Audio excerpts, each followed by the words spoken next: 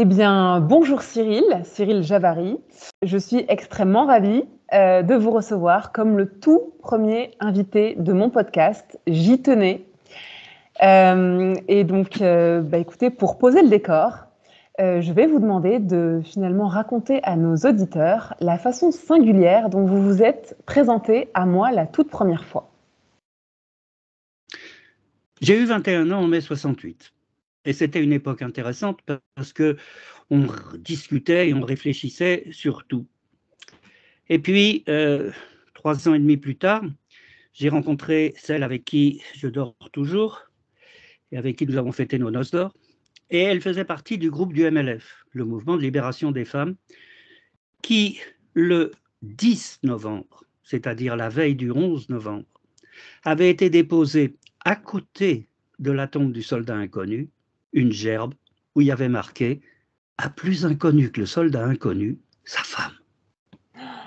Voilà. Donc maintenant, peut-être que nos auditeurs comprendront pourquoi j'ai été si touchée par cette introduction. C'est tellement rare de voir un homme, émérite en plus, qui se présente comme étant l'époux de cette femme qui... Voilà, c'est très rare, donc je voulais souligner ça.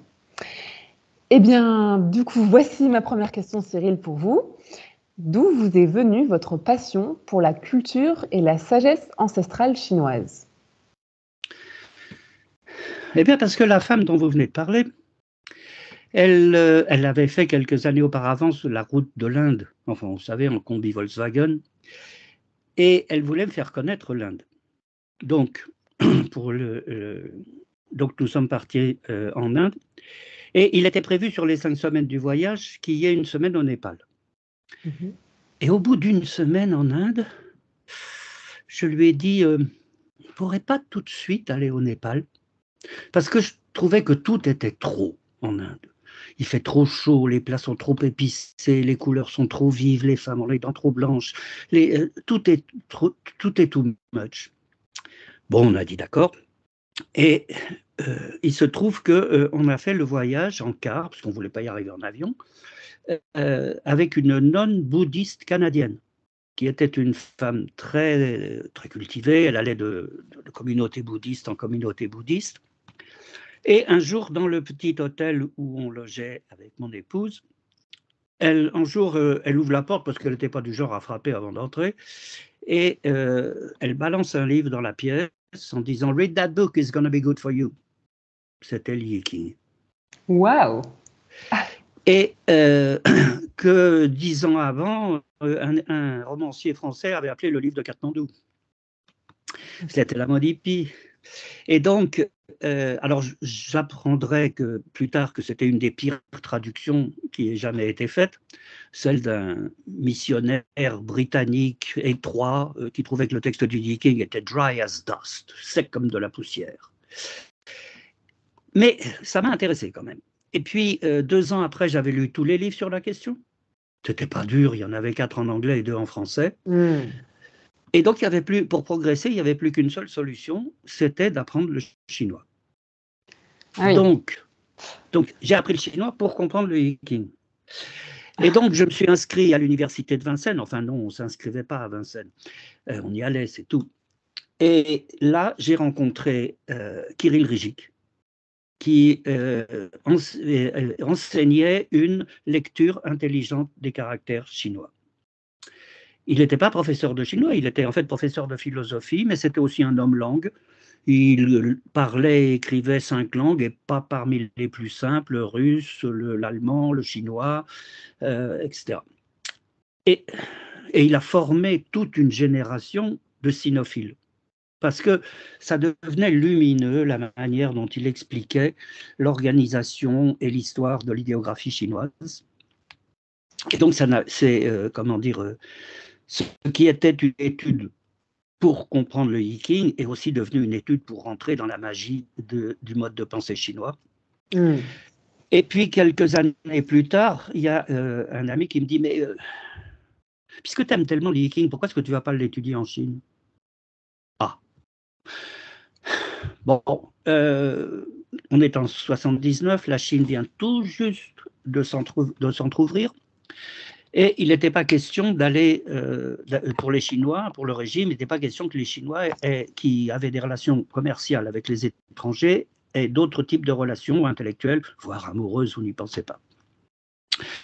Et à ce moment-là, je demande conseil à quelqu'un qui me dit « mais vous devriez aller à Taïwan, c'est beaucoup plus calme ». Et donc, je suis allé habiter 2 ans à Taïwan. Et là, j'ai eu la grande joie d'abord de vivre dans une famille, enfin oui, c'est-à-dire je partageais un appartement avec 2 amis chinois. Et puis au bout de 5-6 mois, le père a envoyé le fils cadet pour que le fils aîné lui apprenne l'aide pour son bac.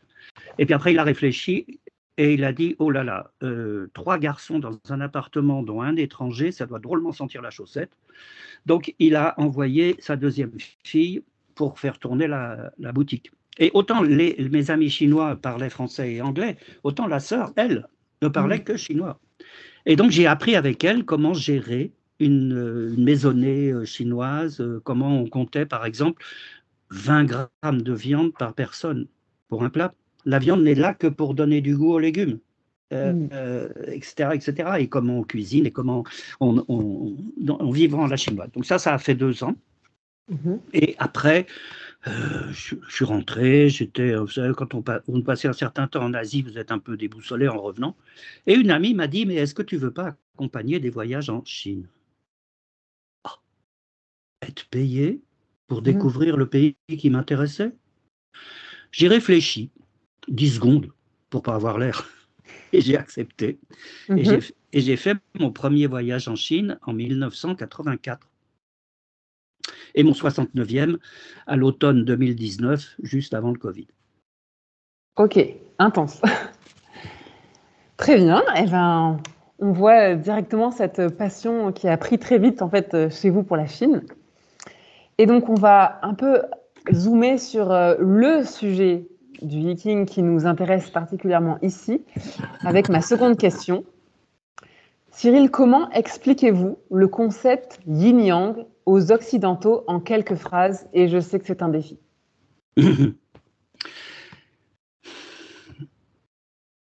D'abord parce que, en leur expliquant que yin-yang, c'est un seul mot. Ensuite, vous avez parlé de complexe. C'est pas tout à fait le mot qui convient. Yin-yang, c'est une manière de voir les choses.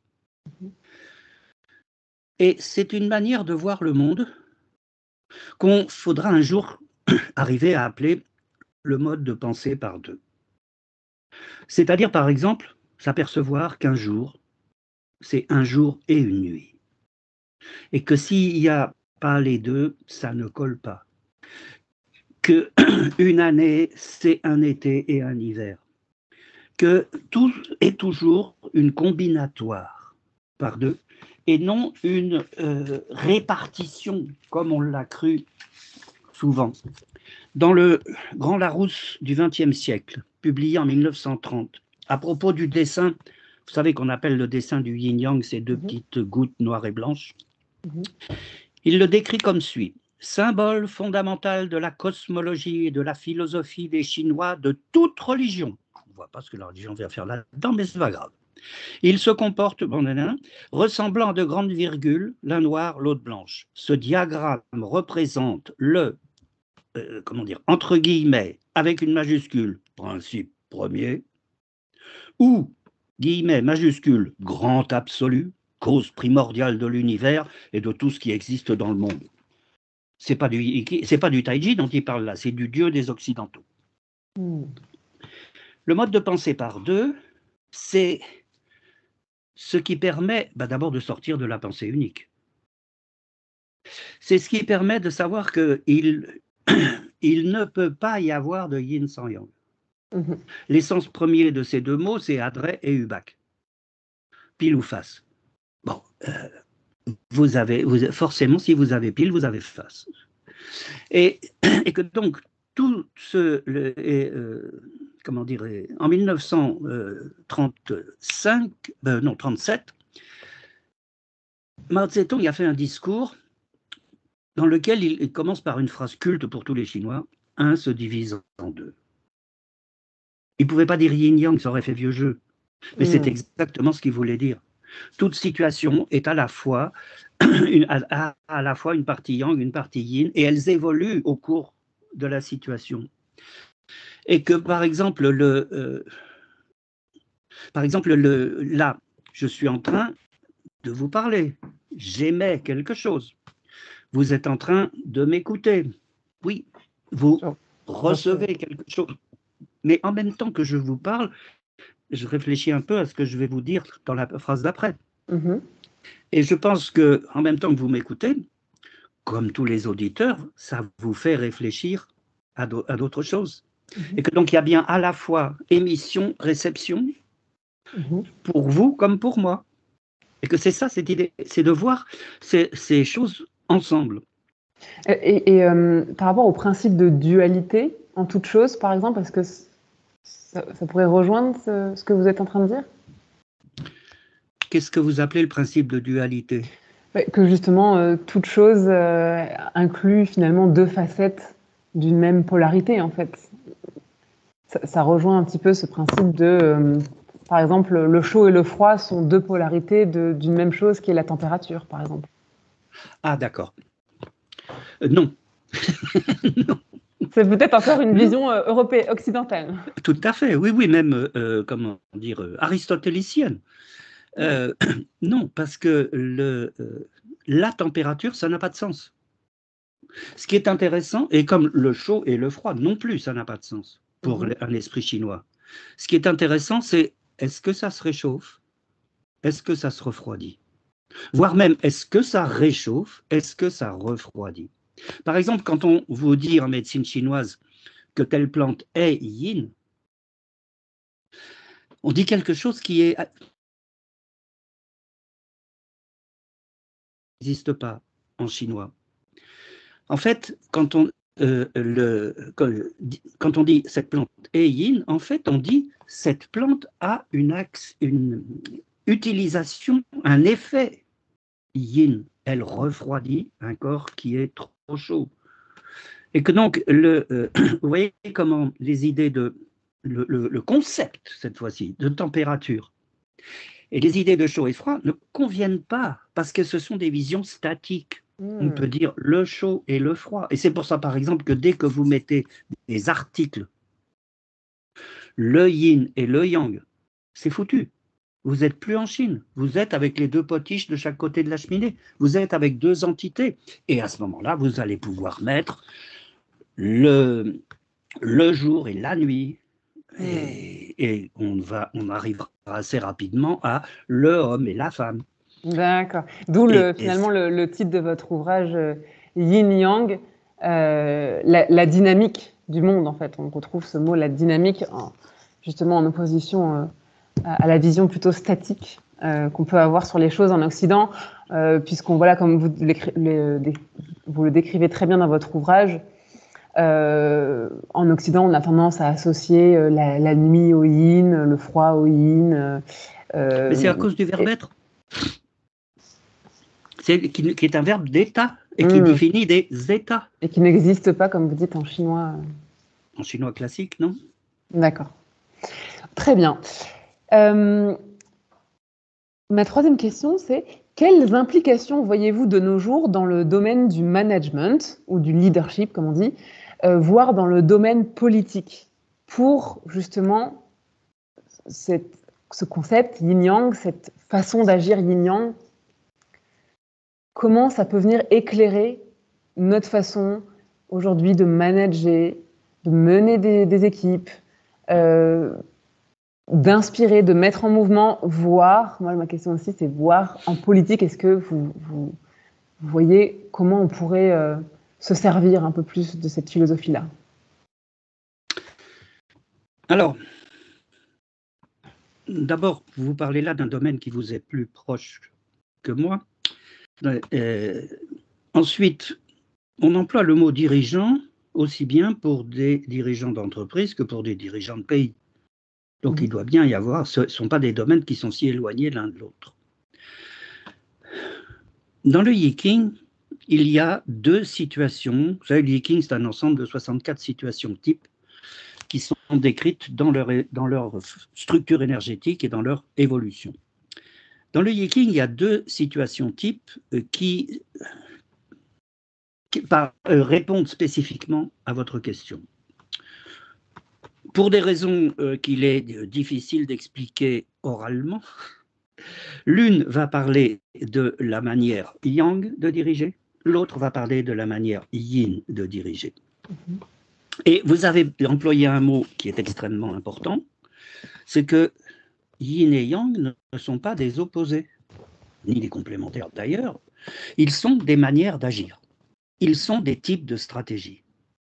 Et là, avec cette idée que ce sont des types de stratégies, on s'approche un peu du domaine où vous êtes beaucoup plus à l'aise que moi. Dans ces 2 situations types, ce qui les caractérise, c'est que la partie yang, la manière yang de diriger, ça consiste pour le dirigeant à se donner à voir, de manière à créer un esprit de corps. Vous vous souvenez quand Steve Jobs présentait un nouveau produit Apple, c'était un show millimétré.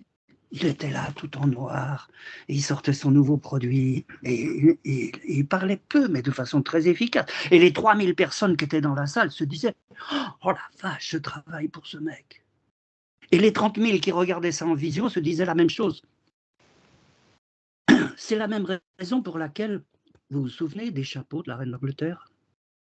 Ces espèces de monstrueuses montagnes de tulle roses et vertes, c'est parce qu'elle ne pouvait pas porter sa couronne tout le temps. Elle est lourde et il y a des cailloux de prix dessus. Mais c'est comme ça, on la voyait.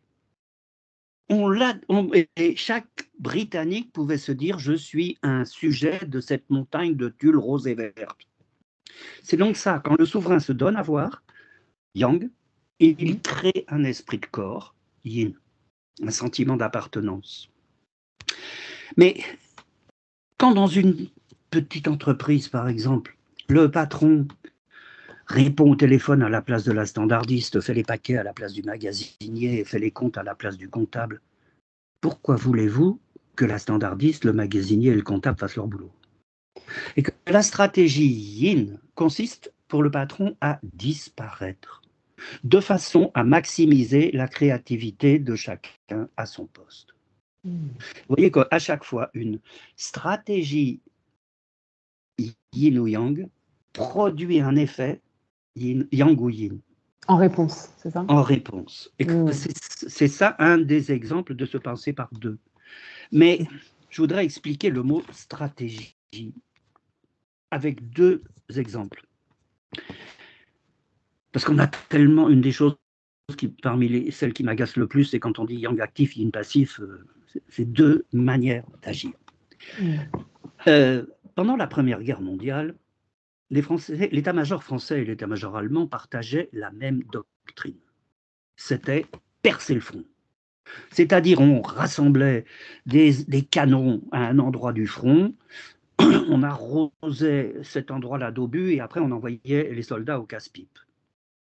C'est ce qu'a proposé au printemps 1917 le général Nivelle.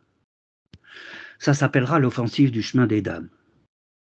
Et 3 semaines et 80 000 morts plus tard, on a arrêté et on a envoyé Nivelle à Limoges. Parce que là, il fera moins de dégâts. C'est l'origine du verbe limoger quelqu'un. Et on a confié l'état-major, la direction de l'état-major, au général Pétain, le vainqueur de Verdun. Et le général Pétain, il a proposé une stratégie yin sans le savoir, évidemment, parce qu'à l'époque, personne ne savait ce que c'était yin et yang. Il a appelé ça la piqûre d'abeille. C'est-à-dire, au lieu de masser des forces et de l'artillerie en un endroit, disperser tout le long de la ligne de front des petites attaques. Et il y en aura bien une qui nous montrera l'endroit où l'ennemi n'est pas bien défendu. Et après, on pourra lancer une offensive. Et que donc, le yin peut être une manière de faire la guerre. Et un dernier exemple de cela, c'est le judo, un art martial, dont le nom judo n'est que la prononciation japonaise de deux mots chinois, jo tao, le tao de la souplesse. C'est un art martial yin. Et ça, c'est quand je faisais de la préparation à la négociation avec les Chinois pour des dirigeants de grosses entreprises, je leur parlais de ça. Et je leur disais, le principe du judo, il est simple. Quelqu'un vous pousse, si vous cherchez à le contrer, vous avez intérêt à être plus fort que lui. Par contre, si vous reculez, il tombe avec sa propre force. C'est pour ça que je leur disais, quand vous serez en négociation avec vos partenaires chinois, méfiez-vous quand ils diront oui. C'est qu'ils ne sont pas d'accord. Mais ils reculent de façon à vous faire... vous allez, ah oui, bon, ben, ils sont d'accord, très bien, on y va, on signe, et je prends l'avion demain matin et je retrouve ma famille. Sauf que 3 heures avant l'avion, vous ne pensez pas que l'article 17 qui parle des pourcentages, au lieu de 12%, on pourrait mettre 37%? Et nous, on n'a plus le temps de négocier. C'est mon avion dans 1 heure. Voilà. Ok. Merci pour cette illustration dans finalement divers domaines, hein, la guerre, finalement la politique et comment on peut mener des hommes et des femmes. Et donc voilà, on va se rapprocher de plus en plus du sujet, moi, qui vient m'intéresser particulièrement et que j'ai trouvé dans votre livre. Alors, pouvez-vous nous expliquer de façon chronologique et historique l'amalgame qui est à l'origine du déséquilibre homme-femme depuis des millénaires? Oui, depuis très longtemps, depuis des millénaires, oui, depuis environ 8 à 10 000 ans, c'est-à-dire depuis l'invention de l'agriculture, qui est née sans relation, mais environ à la même époque, dans tout le croissant, dans tout le croissant fertile et le monde eurasiatique. Avant, à l'époque des chasseurs-cueilleurs, il y avait plusieurs choses qui se déroulaient. La première, c'est que ils avaient bien remarqué, les chasseurs-cueilleurs, qu'il y avait chez les animaux des périodes de reproduction. Mais une des choses qui différencie les humains des animaux, c'est qu'eux sont en rut toute l'année. Et donc, ils ne voyaient pas ça chez les animaux. Et donc, à cette époque-là, autant on comprenait quand les petits des animaux naissaient à telle époque, eh ben, les enfants, ils tombaient du ventre des femmes comme s'ils tombaient du ciel, parce qu'ils ne faisaient pas le rapport entre relations sexuelles et grossesse et naissance. Et donc à ce moment-là, le fait que les enfants tombaient du ventre des femmes, c'était extraordinaire parce qu'ils n'étaient pas beaucoup, ils étaient très peu. Et donc, plus il y avait d'enfants, plus la horde avait des chances de survivre. Donc, il y avait à cette époque-là, pour les femmes, un statut bien différent, puisque c'était grâce à elles que la population de la horde survivait. C'était même aussi grâce à elles que la horde se nourrissait. Parce que entre nous, quand les mecs ils avaient abattu un mammouth, ils s'en avaient pour 10 ans à parler de ça, parce que ça n'arrivait pas toutes les semaines. Par contre, tous les jours, les femmes sortaient cueillir des plantes, poser des collets pour attraper des petits lapins, des trucs comme ça. Parce qu'elles savaient très bien faire des nœuds, parce qu'elles savaient déjà tisser. Et que donc, c'est elles qui assuraient au moins la moitié de l'apport alimentaire nécessaire à la vie de la tribu. Et donc une place dans la tribu, une place bien plus importante finalement que ce qu'on leur a laissé ensuite au fil du temps. Voilà. Et je vais en profiter pour dire dès maintenant un mot qui va nous servir de clé de sol au cours de cet entretien. C'est le rapport, le yang est du côté du visible Le yin est du côté de l'invisible. Et avant de revenir aux préhistoires, non, on parlera de ça avec une autre question. Je reviens donc à la préhistoire. Et puis voilà que, à force de découvrir l'agriculture et de s'apercevoir qu'en mettant la petite graine dans la terre, peut-être bien que les hommes avaient un certain rôle dans le processus de conception. Et, alors évidemment, on n'a pas de document de cette époque-là, puisque c'est préhistoire, ça veut dire avant l'écriture, mais quand même, il y a des signes. Un des signes de cette place des femmes avant que les hommes ne découvrent la part qu'ils avaient dans le processus génératif, on le trouve dans la grotte Chauvet. Dans la grotte Chauvet, il y a des reproductions. Alors donc on est vers moins 35 000. Oui. Il y a des reproductions absolument extraordinaires par exemple, d'un groupe de lionnes qui vont sauter sur un groupe de bouquetins. Et on voit, vous savez, les félins. Les félins, avant de bondir, les chats, on voit ça très bien, ils ont la pupille qui... dilate. Oui, surtout, mais qui grandit et rapetisse. Parce qu'ils sont en train de télémétrer pour mesurer la distance, pour bondir là où ils veulent aller. Et on voit ça dans l'œil des lionnes de la grotte Chauvet, c'est extraordinaire. Et donc, ils représentent les animaux qui chassent. Il n'y a pas de représentation des plantes. Il n'y a pas des représentations de la nature. Il y a que donc, c'est bien des chasseurs qui ont fait ça, pas des cueilleurs. Okay. Ou plus exactement, il faudrait parler des chasseurs-cueilleuses. Et puis, tout au fond, au plus profond de la grotte, il y a sur un stalactite la représentation d'une vulve, c'est-à-dire de là où tombaient les enfants. Bon, à l'endroit le plus sacré de la grotte, apparemment. Quoi. Oui, oui, c'est ça. Et en même temps, le plus intérieur. Aussi. Et oui. Et donc, alors, bon, l'agriculture a fait changer, et je pense qu'à ce moment-là, il y a eu une sorte de vexation, les hommes.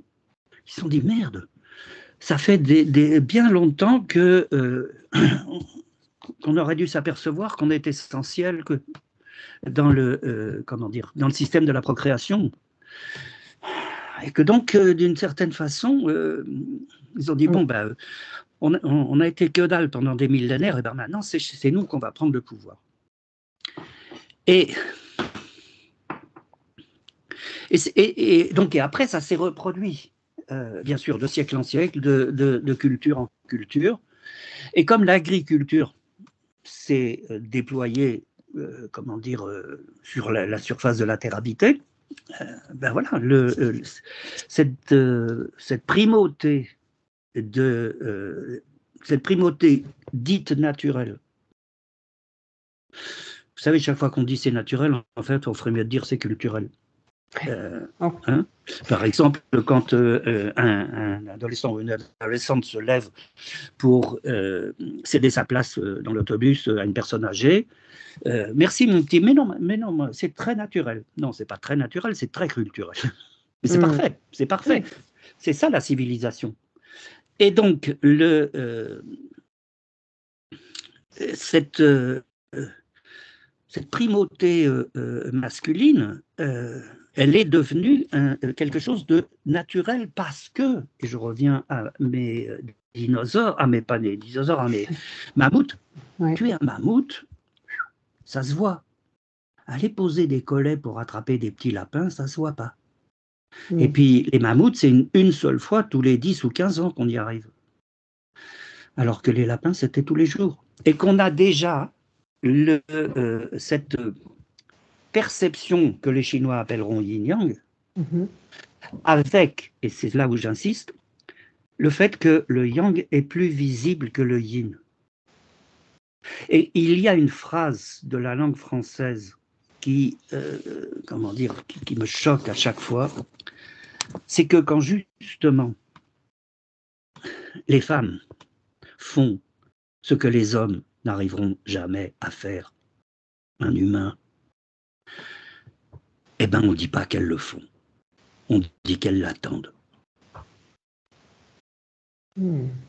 Or, dans le système yin-yang, il y a un proverbe en chinois, les Chinois aiment bien jouer sur l'assonance des mots, qui dit yang sheng, yin cheng, ce qui veut dire le yang enclenche, le yin mène à terme.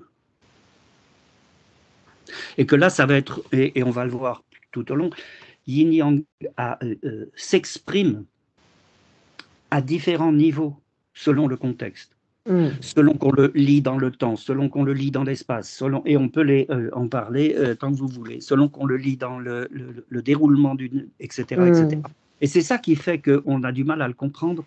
Et surtout, par exemple, les gens qui étudient la médecine traditionnelle chinoise, ils n'arrivent pas à comprendre pourquoi le même symptôme sera qualifié de yang et de yin. Quelqu'un qui a parfaitement répondu à cela, c'est Claudie Aigneret, notre spationaute française, notre première spationaute française. Si je vous pose la question, à votre avis, les nuages, ils appartiennent au ciel ou à la terre? Bon, vous allez me dire, écoutez, Javary, posez des questions plus intelligentes. Les nuages, évidemment, il faut relever les yeux pour le voir, ils sont dans le ciel. Ah oui? Ben, ça dépend du point de vue où on les regarde. Et Claudie Aigneret, du haut de la Station spatiale internationale, disait qu'elle voyait les nuages comme la voilette sur le visage d'une belle femme. Et que donc, vu du ciel, les nuages appartiennent à la Terre, comme les moutons sur le tapis. Et que c'est ça, et que yin-yang, encore une fois, ce ne sont pas des états, ce ne sont pas des qualités, ce sont des points de vue. Des points de vue, tout à fait, il n'y a pas de séparation. Très bien, et d'un point de vue, finalement, de l'idéographie chinoise, l'amalgame, est-ce que vous pouvez raconter historiquement, comme dans votre livre finalement, l'amalgame qui s'est fait au niveau donc yin-yang, femme-homme?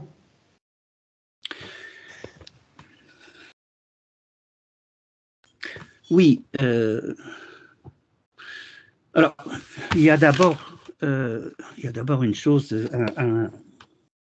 quand vous avez dit ça s'est répandu dans toutes les cultures, oui, mais en même temps, dans la culture chinoise, pas toujours, pas tout de suite.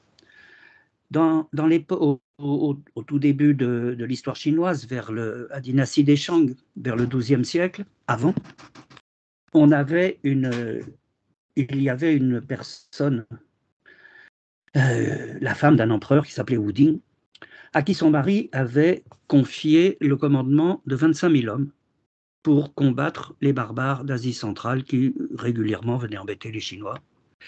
Et elle a été enterrée avec tout son arroi de général, et en particulier ce qu'on pourrait appeler son bâton de maréchal. C'est-à-dire que 1200 ans avant l'ère commune, un empereur pouvait décider qu'une femme pourrait conduire une armée importante. Ensuite, par rapport à votre question, on va tourner vite l'histoire. Les yin-yang s'est développé en tant que concept. Et puis est arrivée la dynastie des Han, la grande dynastie des Han, moins 200 plus 200, où les penseurs de cette époque-là ont perverti l'idée de yin-yang en disant aux philosophes qui parlaient du yin-yang, en disant « Ah oui, c'est très bien votre truc. Donc si je comprends bien, le yang, c'est ce qui va de l'intérieur vers l'extérieur. Oui. Et le yin, c'est ce qui va de l'extérieur vers l'intérieur. Oui.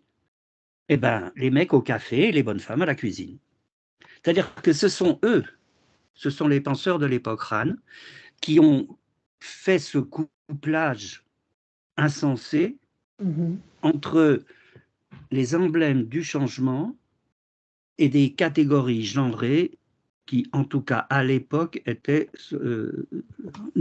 femme on naissait, femme on mourait, homme on naissait. Bon, c'est un tout petit peu différent maintenant, mais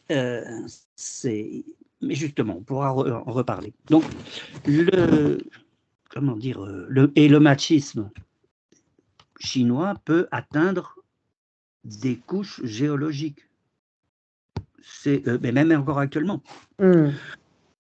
Une fois, vous savez, une fois je discute avec un jeune Shanghaïen, le gendre idéal, 30 ans, bon salaire dans une société étrangère, bel appartement, voiture, enfin tout ce qu'il faut pour faire un gendre idéal. Et ce jeune homme commence à me dire beaucoup de sottises sur les bonnes femmes, ce qui a le don de m'énerver assez rapidement. Et donc je décide d'employer la bombe atomique spirituelle. Mais votre président Mao Tse-tung n'a-t-il pas dit que les femmes portaient la moitié du ciel? Ah oui, si, bien sûr, m'a répondu ce crétin. Mais il voulait parler de la partie inférieure du ciel. Qu'est-ce que vous voulez répondre à ça? On s'arrange, c'est ça. Et donc on voit bien là dans ce que vous racontez que il y a d'abord eu finalement une infériorisation des femmes, mais qui remonte à bien plus longtemps finalement que les Han, où déjà voilà, les hommes quelque part ont pris le pouvoir sur les femmes, et ensuite à l'époque des Han justement ce fameux amalgame yin égale femme, yang égale homme, et ce qu'il en résulte aujourd'hui dans l'histoire finalement, c'est quelque part cette valorisation du yang, parce qu'en fait le yang, finalement équivaut, enfin le yang est homme, le yang est masculin, le yin est féminin, et à partir du moment où cet amalgame est fait et que les femmes sont inférieures aux hommes, eh bien le yin devient inférieur au yang, et c'est là que naît finalement cet ordre du monde dans lequel on vit encore aujourd'hui, avec une valorisation de tout ce qui va être, tout ce qui va finalement être agi d'une énergie yang, et puis du coup le machisme en fait qu'on peut encore percevoir dans nos sociétés, quoi. Donc voilà, moi je trouvais que c'était intéressant finalement de voir à quel point on remonte loin dans l'histoire, et surtout que cet amalgame là, ce qu'on vit aujourd'hui, c'est finalement le fruit d'un double amalgame. D'un côté, les hommes ont pris le pouvoir sur les femmes, et d'un autre côté, le yang égale homme et le yin égale femme. Et du coup, on a un ordre du monde qui manque beaucoup de yin aujourd'hui. Oui, mais vous avez dit ordre. Vous avez remarqué qu'on ne dit jamais yang-yin, mais toujours yin-yang. Et un proverbe chinois dit « tout commence toujours par un temps yin ». C'est-à-dire que tout ce qui va paraître commence par quelque chose d'intérieur, d'invisible. Par exemple, le podcast que nous sommes en train de vivre, il a fallu d'abord que ça soit une idée qui germe à l'intérieur de vous-même. Tout à fait. Puis c'est au cœur de mes accompagnements où on part d'abord de soi, de l'intérieur, pour ensuite venir rayonner à l'extérieur. Très bien. Alors Cyril, je vais encore plus creuser un petit peu plus loin encore pour faire écho aux discussions que nous avions eues au préalable, en parlant de quelque chose qui m'est assez personnel, mais moi j'ai remarqué que finalement ma plus rapide et profonde reconnexion à mon énergie yin a été ma grossesse. Donc j'ai eu une grossesse, et voilà. Et également j'ai vécu la naissance de mon fils en m'abandonnant complètement en yin. Et donc, avec vous, Cyril, nous avons cherché à retrouver l'harmonie yin-yang qui est intrinsèque finalement à la naissance d'un enfant. C'est-à-dire que, à la base, moi, je suis venue à vous en vous disant, moi, je suis d'accord pour pas forcément genrer les choses, mais en l'occurrence, je suis une femme, j'ai vécu l'accouchement qui n'est finalement la naissance d'un enfant qui est un pouvoir qui n'est donné qu'aux femmes. Et moi, j'ai l'impression de l'avoir vécu de cette façon si naturelle, si puissante, si connectée également parce que je l'ai préparé et je l'ai vécu en yin, c'est-à-dire que j'étais en intériorité, j'étais pas du tout en stratégie, comment je vais faire, etc. Je dansais avec les vagues de mon corps, avec les vagues des contractions, que pour moi étaient les messages également de mon enfant qui approchait. Et donc, voilà, c'est vraiment dans cette harmonie-là que j'ai pu accueillir mon enfant. Et donc, je suis venue à vous en vous disant, bah alors, moi qui n'aime pas genrer les choses, comment ça se fait que j'ai vécu ce moment extrêmement intense de ma vie où j'ai l'impression d'avoir vécu purement en yin. Et donc, voilà, vous m'avez proposé une autre vision, encore une fois, peut-être en voyant plusieurs angles, plusieurs perspectives. Oui, la première des choses, c'est que 1 se divise en 2.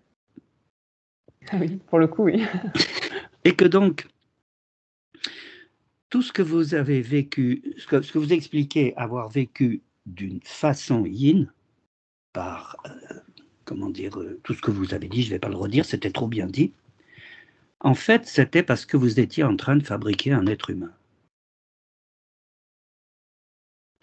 C'est-à-dire que on ne peut pas dire que la grossesse est yin. D'abord, on ne peut jamais mettre le verbe être avec yin-yang, mais que vous avez accompagné de façon yin la production yang de cet enfant.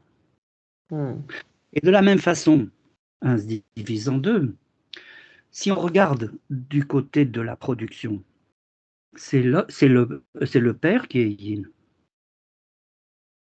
C'est la mère qui fabrique. Ah, et lui, il attend. Intéressant. Et que donc, au niveau, oui c'est ça, si on le regarde au niveau de la production, le père est yin, mais en même temps, sa position yin, il peut la vivre de façon yang, en étant là, en faisant tout, en aidant, je ne sais pas, je n'ai pas vécu votre expérience, donc je ne peux pas dire, mais tous les amis qui ont participé à l'accouchement de leur enfant racontent ça comme une harmonie. Tout à fait. Et que ça, c'est un acquis, c'est une nouveauté extraordinaire qui, je me souviens, un petit dessin, un dessin humoristique, genre Paris Match, il y a une 50aine d'années. On voyait un hôpital, il y avait écrit maternité, et à côté, il y avait un bar, il y avait écrit paternité. Plus bête, c'est difficile. Ou plutôt, plus inhumain, plus comment dire, plus aride, plus comment on dit quand quelque chose pousse pas sec ou Oui. Enfin, stérile ou oui. Mais stérile, c'est le mot que je cherchais. Voilà. D'accord. Oui, tout à fait. Puis je trouve que finalement, sous couvert de libérer peut-être les hommes du poids, je ne sais pas, de l'éducation, de l'accouchement, etc. En réalité, pour moi, ça prive beaucoup les hommes de toute justement cette connexion, qu'elle soit en yin ou en yang. Moi, là où je vous rejoins, c'est que mon compagnon, il a certes attendu son petit garçon en yin, mais il a choisi de s'investir énormément en yang pour m'accompagner tout le long de la grossesse et pendant la naissance, en fait. Donc, vous voyez comment le transfert d'un verbe, votre mari, il a attendu l'enfant, vous l'avez fabriqué. Oui, et effectivement, alors qu'on dit que les femmes attendent l'enfant, tout à fait. Ce qui est vraiment extrêmement choquant, puisque c'est réduire à néant ce qu'il y a de plus magnifique. Tout à fait. Et vous m'aviez également proposé, du point de vue du petit bébé, finalement, une lecture également yin-yang de la naissance.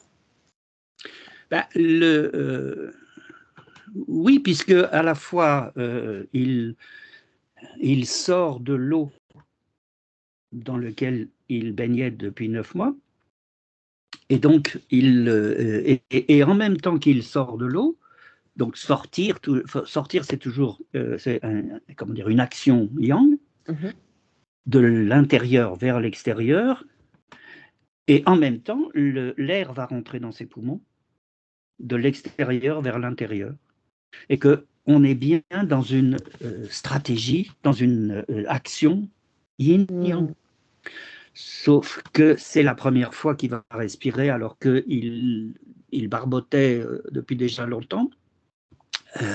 Mais en même temps, on retrouve là ce qu'on a déjà dit, qu'on range du côté du yang l'unique et du côté du yin le durable. Et que donc, en même temps, l'unique, c'est cette première fois qu'il va aspirer de l'air, remplir ses poumons. Et en même temps, c'est une habitude qui va lui rester. Voilà. Très bien, Cyril. Eh bien, on progresse encore dans notre interview. Et voilà la réflexion que moi j'ai eue et qui m'a finalement amenée à vous. Aujourd'hui, nous déconstruisons de plus en plus les stéréotypes de genre. Les femmes sont plus douces, plus tournées vers l'intérieur, plus émotives, plus sensibles, plus sentimentales, plus intuitives, plus passives et dans la réceptivité. Les hommes sont plus tournés vers l'extérieur, plus compétitifs, aventureux, dominants, violents, résistants, indépendants, etc. Moi, j'ai cherché à remonter à l'origine de ces stéréotypes et j'ai pu trouver des débuts de réponse dans la biologie, dans les neurosciences aussi, qui expliquent que finalement les différences physiologiques au niveau du système cérébral et nerveux entre hommes et femmes sont suffisamment anecdotiques pour ne pas en réalité donner lieu à ces stéréotypes de la société. J'ai également cherché à observer les peuples primitifs, les sociétés matriarcales, etc., pour essayer de déconstruire en fait ces stéréotypes-là. Et si finalement toutes ces observations que j'ai eues vont dans le sens de l'abolition de ces stéréotypes, qui ne sont finalement que culturels, c'est là qu'on se rejoint, et non pas naturels, je trouve qu'un nouvel amalgame est en train de se répandre au sein même de la sphère du développement personnel et de la spiritualité, qui sont pourtant censés éveiller l'humanité pour demain. Et cet amalgame nouveau, c'est le fait d'associer ce qu'on appelle les énergies féminines au yin et les énergies masculines au yang. Donc, pour rappel, dans la sphère du développement personnel, ce qu'on appelle les énergies féminines, ça se rapporte à la posture d'intériorité, de réceptivité, de créativité, d'intuition, de cycle, de ralentissement, de confiance, etc. Et les énergies masculines connotent, elles, la compétitivité, la stratégie, la force, l'action, la logique, la rationalité, etc. Et c'est là que je trouve que l'amalgame se répète à nouveau, sous couvert de spiritualité New Age.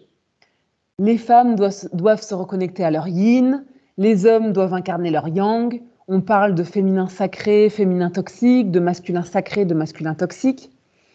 Comment allons-nous sortir des stéréotypes de genre si nous réattribuons les énergies archétypales ou au féminin ou au masculin? C'est pourquoi j'ai eu, c'est un terme qui m'est propre, j'ai eu un orgasme cérébral et émotionnel à la lecture de votre livre, Cyril, Yin Yang, la dynamique du monde, qui conclut, je cite, « À rebours de la lecture genrée de Yin Yang, on peut au contraire y puiser une inspiration désexualisée et libératrice. Par exemple, non seulement le pouvoir politique ou au sein d'une entreprise n'est pas naturellement réservé aux hommes, mais même les manières yin et yang de l'exercer ne sont pas réservées à l'un ou l'autre sexe.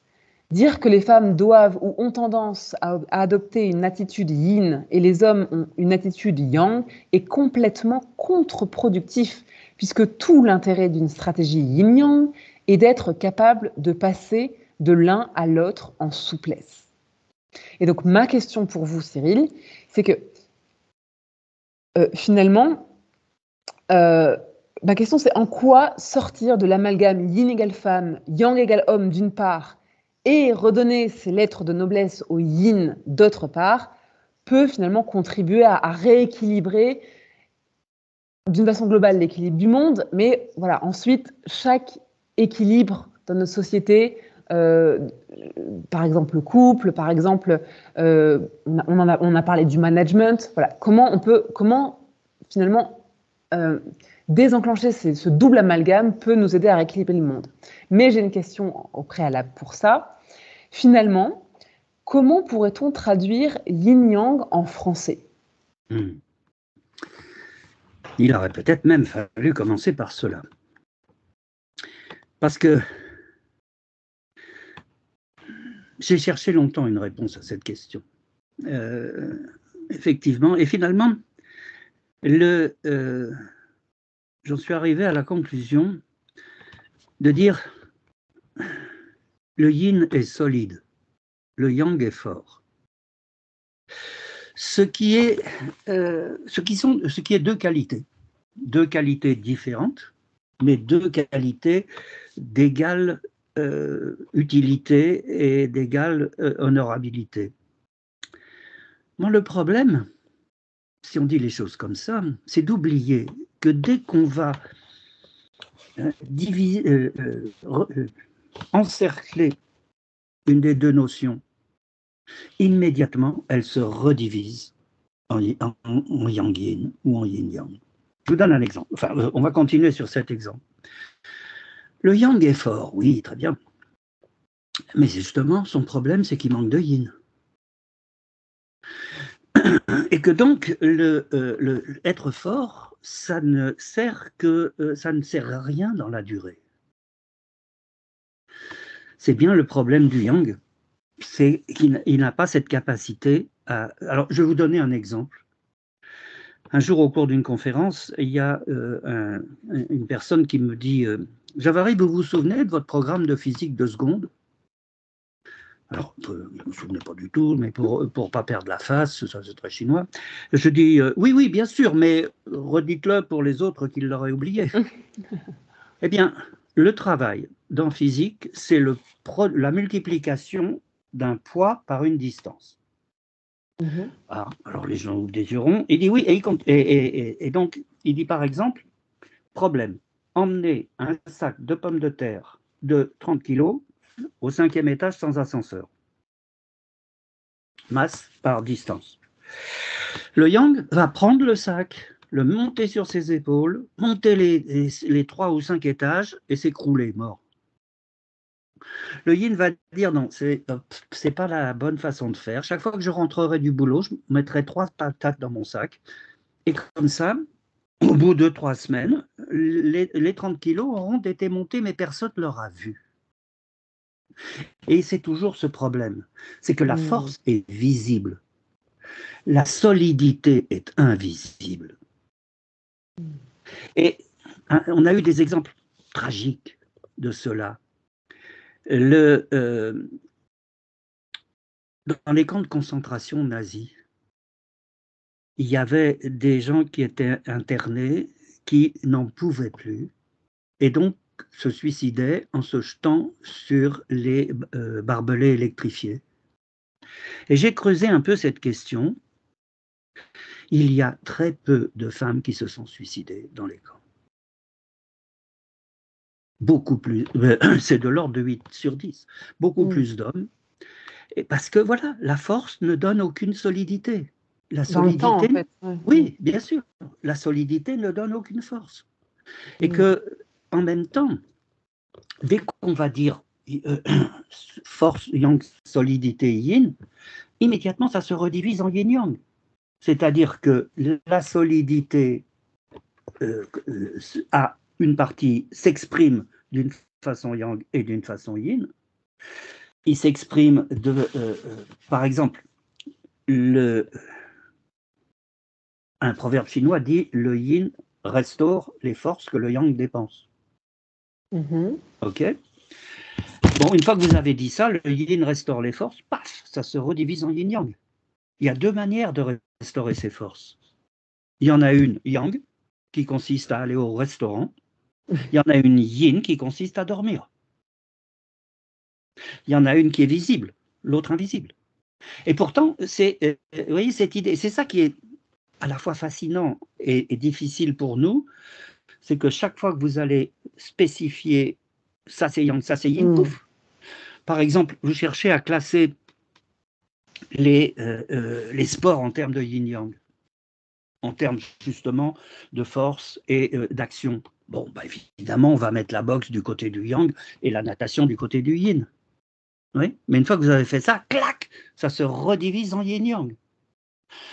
Parce qu'il y a une manière yang de nager, une manière yin de nager. Pour toute chose. Quand dans une piscine, vous avez quelqu'un qui, dans la ligne d'à côté, s'entraîne pour la brasse papillon, vous avez l'impression qu'il y a un hors-bord qui traverse la piscine. Et si à côté de vous, il y a quelqu'un qui fait de la brasse coulée, vous ne le voyez même pas. Il ne fait aucune vague. Et que donc, on retrouve toujours le visible, l'invisible.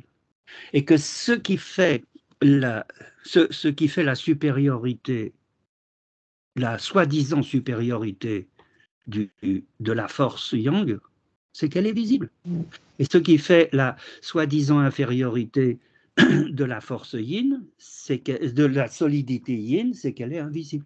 Ça, c'est intéressant parce que on peut voir à travers l'histoire que dans les sociétés, le monde de l'invisible n'a pas toujours été si bafoué. En fait, il y a des sociétés, il y a des époques où le monde de l'invisible, au contraire, avait toute sa place.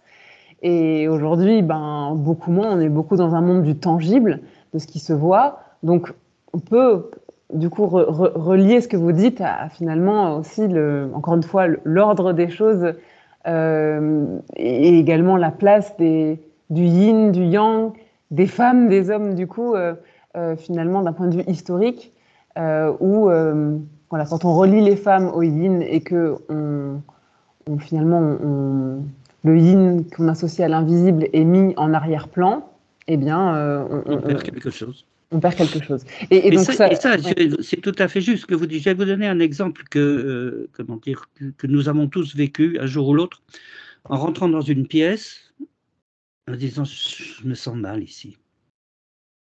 Mais on ne peut pas en dire plus, parce qu'on ne nous a pas appris à en dire plus. Les Chinois, eux, ils en ont fait une science. Ça s'appelle le feng shui. L'art des courants. Alors, feng, ça veut dire vent, shui, ça veut dire eau. Donc, c'est l'art des courants d'air et des courants d'eau, c'est-à-dire des courants visibles et des courants invisibles. Et que, effectivement, l'invisible pour nous, il n'a droit de citer que dans la religion ou la magie. Pour tout le reste, on n'en veut pas. Alors qu'effectivement, cette manière de donner sa place à l'invisible nous permet de penser les choses d'une manière plus équilibrée. Plus inclusive aussi, ouais. Oui, et de s'apercevoir finalement que le genre yin et yang, c'est contre-productif. Et que par contre, s'apercevoir que tout couple est un couplage, ça ouvre les fenêtres. Et s'apercevoir que le couplage entre deux humains est totalement indifférent au sexe de ces deux humains. Que dans tout couple, il y en aura forcément un des membres qui aura plus envie de rentrer à la maison à la sortie du boulot, un autre qui aura plus envie d'aller au café, discuter avec les copains. Il y en a un, et que ce qui est intéressant, c'est pas de dire ça c'est l'un, ça c'est l'autre, c'est de permettre à chacun de rentrer à la maison quand il en a envie, et à l'autre d'aller discuter avec les copains quand il en a envie, les copains ou les copines d'ailleurs, parce qu'il n'y a aucun sexe dans ce que je raconte. Et que donc le couplage, pour être efficace, le couplage dans un couple, pour qu'il soit vraiment yin-yang, il faut qu'il soit en constant échange. Et c'est pour ça que la meilleure définition de yin-yang a été donnée par un philosophe du IIIe siècle qui s'appelait Wang Pi et qui a dit yin, c'est ce qui va devenir yang. Yang, c'est ce qui va devenir yin. Le jour, c'est ce qui va devenir la nuit. La nuit, c'est ce qui va devenir le jour. L'hiver, c'est ce qui va devenir l'été. L'été, c'est ce qui va devenir l'hiver. Et qu'à partir du moment où on met en route ce mécanisme, on fait rentrer de la fluidité dans tous les couplages. Que ça soit des couplages entre un patron et son entreprise, que ça soit un couplage entre deux êtres humains de quelque sexe qu'ils soient, que ça soit toutes les sortes de couplages, ce qui permet de sortir des blocages, c'est de concevoir yin-yang comme une dynamique. Waouh! Je pense que ça fait une très très belle conclusion à notre podcast. Et donc sur ce, j'ai envie de vous poser la question signature de mon podcast, qui est Cyril, qu'est-ce qui, selon vous, permet à chacun d'apporter sa meilleure contribution au monde?